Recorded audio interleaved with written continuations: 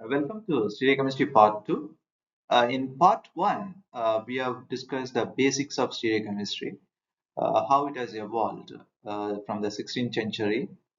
That's the plain polarized light was developed, and then subsequently rotation was measured using the ammonium tartrate. That's tartaric acid, which was obtained from the wine. And then we also discussed some of the isomerism. Isomerism, when it comes to types, it's the structural isomerism as well as stereoisomerism. Structural isomerism, we have seen different categories. And when it comes to stereoisomerism, we have seen basically two categories. One is the optical isomerism, other one is the geometrical isomerism. Optical isomerism, we have discussed enantiomers and diastereomers. Okay, when it comes to enantiomers, we all know that how it shows optical activity. Initially, it was thought that optical activity was due to the molecule, that's a carbon with four different groups. Later on, when they came across the tartaric acid, mesotartaric acid, it did not show any optical activity. However, they concluded that the primary criteria could be only carbon with the four different groups, whether it shows or not, but it should have, the molecule should have carbon with four different groups. However, later on, the findings, that is uh, molecules with axial chirality, such as allenes and biphenyls. When you talk about allenes and biphenyls, that we will see a little later. That's different types of chiral molecules, though they don't have the chiral center. When it comes to allenes and biphenyls, what happened? Allenes having the restricted rotation due to the double bond, whereas biphenyls, though it's a single bond, again it's a restricted rotation because of the substitution present on the benzene ring. So therefore, even without the molecule, the carbon without four different groups, they too display optical activity. This led to some kind of confusion. So what could be the real reason for the molecule to show optical activity? However, in part two, we will see some more examples where the molecules don't have uh, carbon with four different groups, but however they have different chirality. Still, they exhibit optical activity. We all know why it is important. Optical activity is very important because of the enantiomers. They have two different properties but when it comes to biological activity. Therefore, it is imminent whenever the chemist synthesizes the molecules.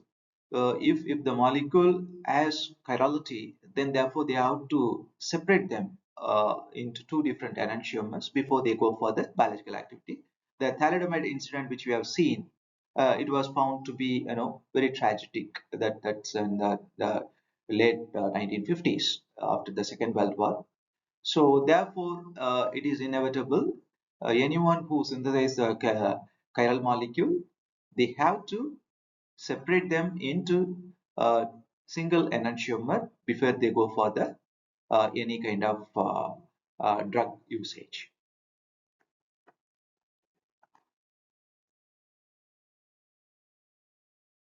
Earlier, we have seen these three examples. The first one is the enantiomers, that's R thalidomide and S thalidomide. If you look at carefully molecules, this carbon has four different groups. Therefore, it is easy, straightforward to understand that this molecule uh, would exist as enantiomer. Therefore, it's easy to say they can display optical activity.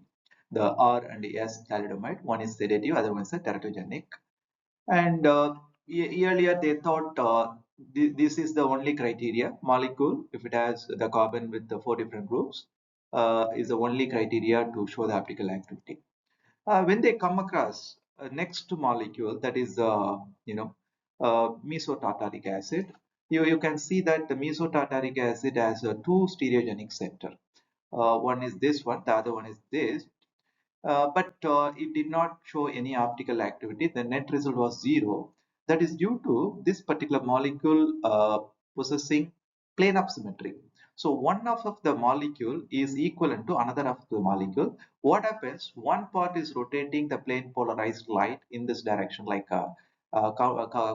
anti-clockwise, whereas the other one is rotating in the clockwise direction. Therefore, they nullify each other. The net result is zero optical activity. But still, they thought that the molecule, the carbon with four different group is necessary, irrespective of whether it shows or not, for the optical activity.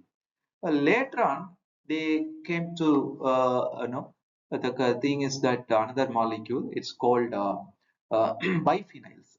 The biphenyls, it has a single bond, but if it is unsubstituted biphenyl, you can see, we can see a little later the examples also. So due to the restricted rotation, it exists as the enantiomers. But if you carefully look at from the previous two molecule, these biphenyls, by atropisomerism, these isomers, they don't have any carbon with four different groups. That is a stereogenic setup. But yet, these two molecules show the optical activity. These are called axial chirality. And also allenes are the good example, where allenes, they are the two double bond connected together. That's due to the restrictor rotation. Only thing is it should have the two different group. These are all coming under axial chirality. Also, we have few more example. One can see that. Uh, Apart from the chiral center, it is very well understood. And axial chirality, this is allene and biphenyls. And next one is a chiral plane. Even the molecule with the chiral plane, because you can see that they have certain, um, structural features, which in fact allows them to exist as a mirror images, right? That this is a chiral planar structure with the restricted structure. Therefore, it shows that later on we will see how to name them. That we will see in the separate video. And the other one is a helical chirality. The helical chirality is nothing but it's like a alpha LX. Okay, it's you see that it's at the above the plane and it's going down. Therefore, these molecules also exist as something like R and S, R and S type. These two show the kind of optical activity, chiral molecule behavior. Therefore, there are four different categories. One is the chiral center, molecules with a carbon with four different groups, and axial chirality, where biphenyls and allenes due to the restricted rotation. And next one is the chiral plane. Due to the presence of chiral plane, the molecules behave like uh, isomers, optical isomers, and also chiral helix. That's a helical chirality. These are four different categories you have to remember. We'll see one by one how they behave. Now we can see a little bit in detail about the axial chirality. If you look into the axial chirality, these two examples, one is the allenes, two allene molecule, or one is a chiral molecule. A is the chiral molecule, B is the achiral molecule. If you look into it carefully, this type of stereoisomerism arises due to the restricted rotation because of the double bonds present in it due to the restricted rotation. Another criteria is that both the ends, there should be two different groups. In the achiral molecule, if you see that, the one end, both the groups are chlorine molecule. So therefore, it has a plane of symmetry. Whereas in this case, A molecule, in both the side, you can see that two different groups. Therefore, it does not have any plane of symmetry. Hence, it shows optical activity. Therefore, it's a chiral molecule. It will have the mirror image too. Hence, it's having the two enantiomers. They are not superimposable. That's because of the spatial arrangements of substituents around the axis. It's because as we discussed, this chirality without a chiral center, and also there are few examples in this category, spiranes and biaryl too. But when it comes to one more category is atropisomerism. Though the atropisomerism is a type of axial chirality, what we have seen earlier, allenes are a good example for chiral uh, axial chirality, and even biphenyl is falling under that category. But this is called atropisomer due to the restricted rotation around a single bond. Usually, carbon-carbon bond, because of the energy barrier to this is very high due to the presence of two substituents on the ortho position. So therefore, due to the restricted tradition, they exist as enantiomer or diastereomer. The one without substitution is a free rotation, hence it's a symmetric, therefore it's a achiral. When there is a substitution on the ortho position on the two phenyl rings connected to the single CC bond, therefore it becomes a restricted molecule, and it can exist in two different forms, R and S. So here you are seeing one is the staggered, the other one is the eclipsed. Eclipsed is the symmetric, but it is not possible if you carefully look into that. Two bromine, if they come together face to face, they will have too much of steric hindrance. Hence, it is not allowed. Uh, it's prohibited. Therefore, you can see that it's existing as a staggered conformation in the chiral form. Similarly, the mirror image is there. So therefore, they exist as R and S form. Uh, Two other examples apart from the actual chirality where we have seen allenes and biphenyls due to the restricted rotation, they displayed optical activity, not only the carbon with the four different group. Similarly, we can see two other examples where planar as well as the helical chirality. So when it comes to planar chirality, the molecule, you can see that the plane, which is because of the substitution present on the ring, it makes the plane more rigid and non-planar. Therefore, it helps to form two different enantiomer R and S. This leading to the non-superimposable mirror images and R and S category. And this all the molecules naming we will see little later. And now we will see the other one, helical chirality. The helical chirality, if you see that this is kind of uh, anti-clockwise rotation, the above the plane to below the plane, whereas this one it's a clockwise direction, above the plane to below the plane. And this is due to the helical nature or screw like nature, where enter molecule. It's also named as M or P. M is a minus, P is the plus. M is minus in the sense anti-clockwise direction. Uh, Plus is the clockwise direction. Based on that, we can name them M or P helicity.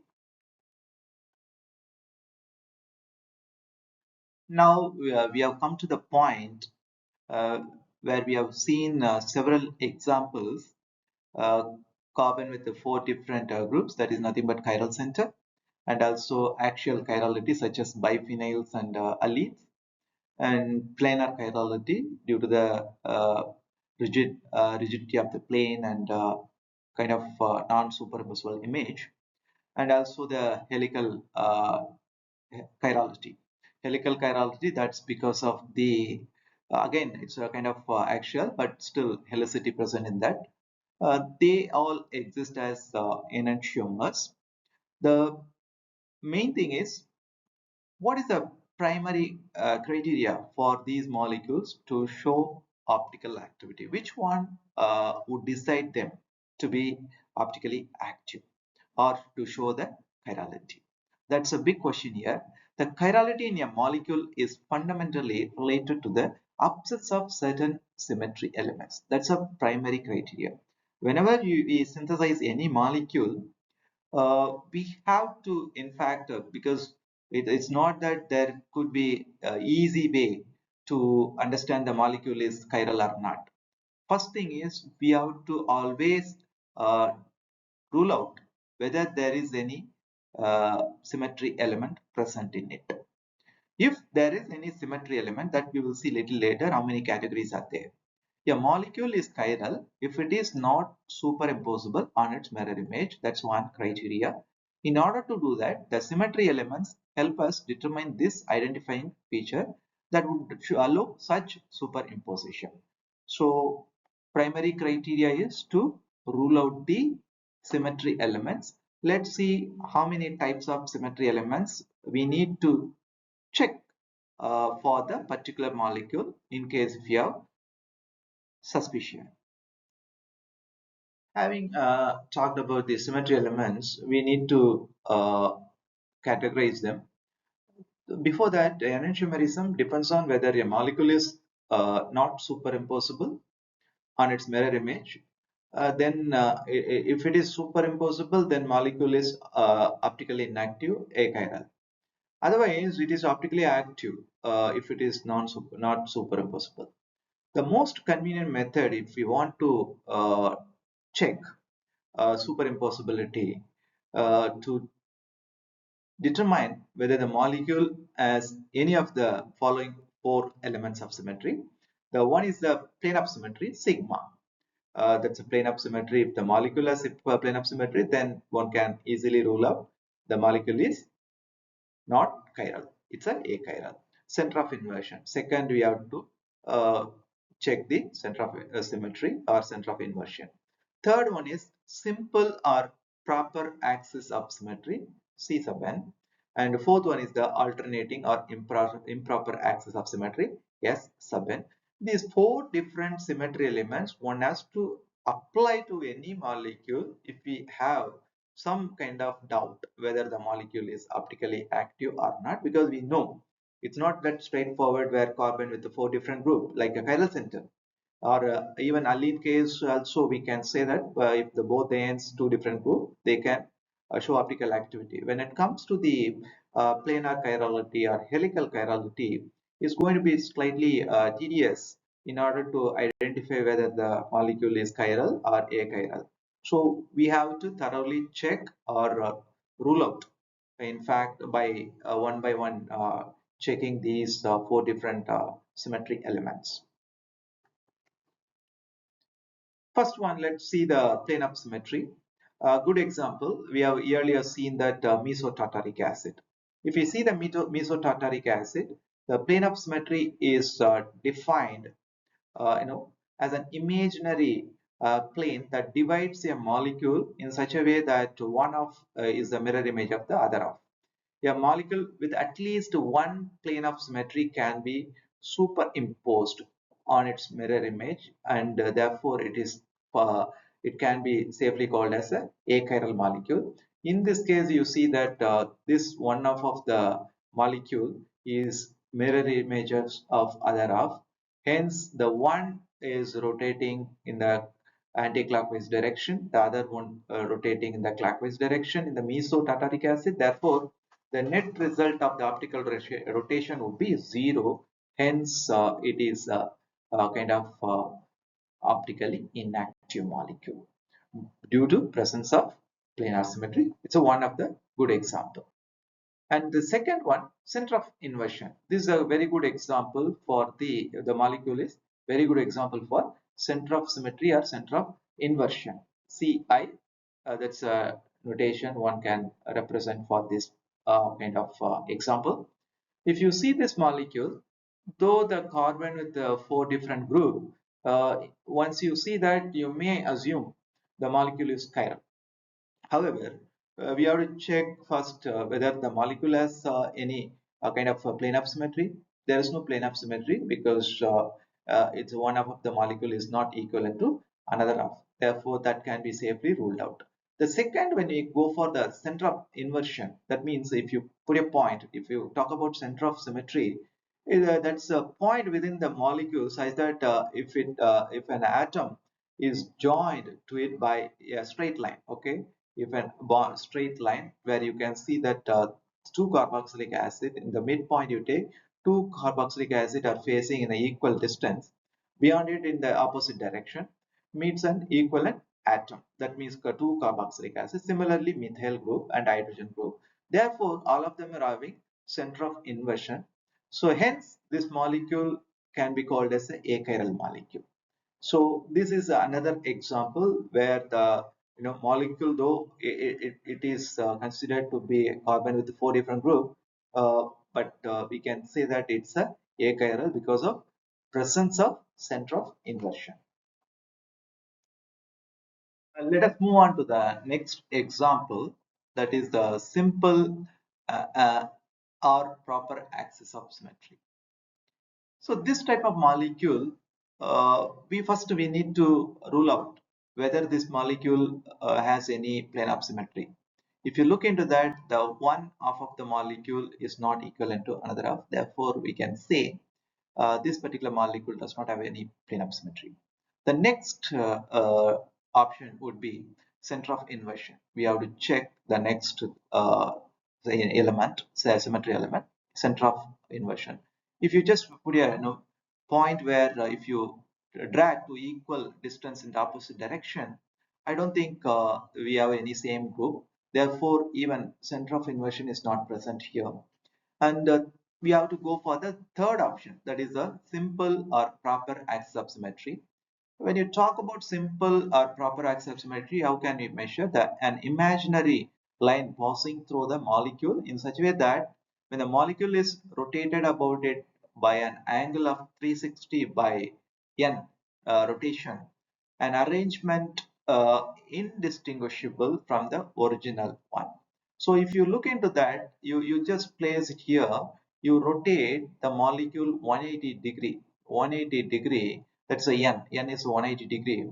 Then you can say that you can see that this particular molecule is equivalent to this one.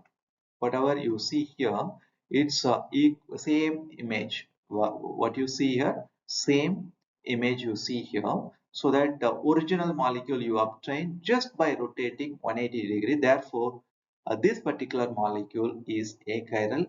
Therefore, it will not show any optical activity. Again, you can see the carbon has 4 different groups. Because attachment. However, this molecule is not chiral one. So another important element is the alternating or improper axis of symmetry, S sub n, where you can see that in the first category is the plane of symmetry. It's very easy to identify whether the molecule possesses any plane of symmetry or not, because one half of the molecule would be equivalent to another half. The second one is the center of inversion. If the center point, matching in the opposite direction with the equal, same identical groups, then that can also be easily identified whether the center of inversion is present in the molecule. Therefore, both the elements are present, then it's easy for us to say whether the molecule is chiral or achiral. And third one is the simple axis of rotation. That is also, again, if you rotate whatever the degree, that's 180 or 270, whatever. So if you obtain the indistinguishable or original molecule, then we can say that the molecule possesses simple axis of symmetry. But the fourth one, this particular symmetry element, that is alternating or improper axis of symmetry, SN, it's something out of box thinking, I would say, because rotation followed by reflection. That means it's a tricky molecule. Uh, After ruling out all the first three possibilities, then we have to go for this option. That's something is improper axis symmetry. SN is nothing but rotation followed by reflection, where improper axis of symmetry is an imaginary axis around which a molecule is first rotated by 360 degree by n and then reflected through a plane perpendicular to that axis. That is a perpendicular to that axis you can see here. So whatever the original molecule, in fact, it is rotated by 90 degree. If you rotate, this hydrogen comes here. Okay, this is the axis. You rotate it, this hydrogen comes here. Whatever you see this molecule, the molecule A will become B, and then the B becomes that's a mirror images of that's a reflection. In fact, reflection of this is going to be again A. So you achieve the original molecule by rotating 90 degree followed by perpendicular axis, that's a reflection to the perpendicular axis that is leading to the original molecule. This clearly indicates this particular molecule as the alternating or improper axis of symmetry. Therefore, this molecule would not show any optical activity. This does not have chirality. Hence, one can easily identify If you have any doubt after synthesizing the molecule, or if you want to analyze whether the molecule is chiral or not, you have to check one by one all the four symmetry element. One is the plane of symmetry, second one is the center of inversion, third one is a simple axis of rotation, fourth one is the alternating or improper axis of symmetry. Once you rule out if the molecule does not possess in any of these symmetry elements, then you can safely say that the molecule would be optically active. Yeah, with this, I end this particular part, and we will see next different topics on the stereochemistry. Thank you.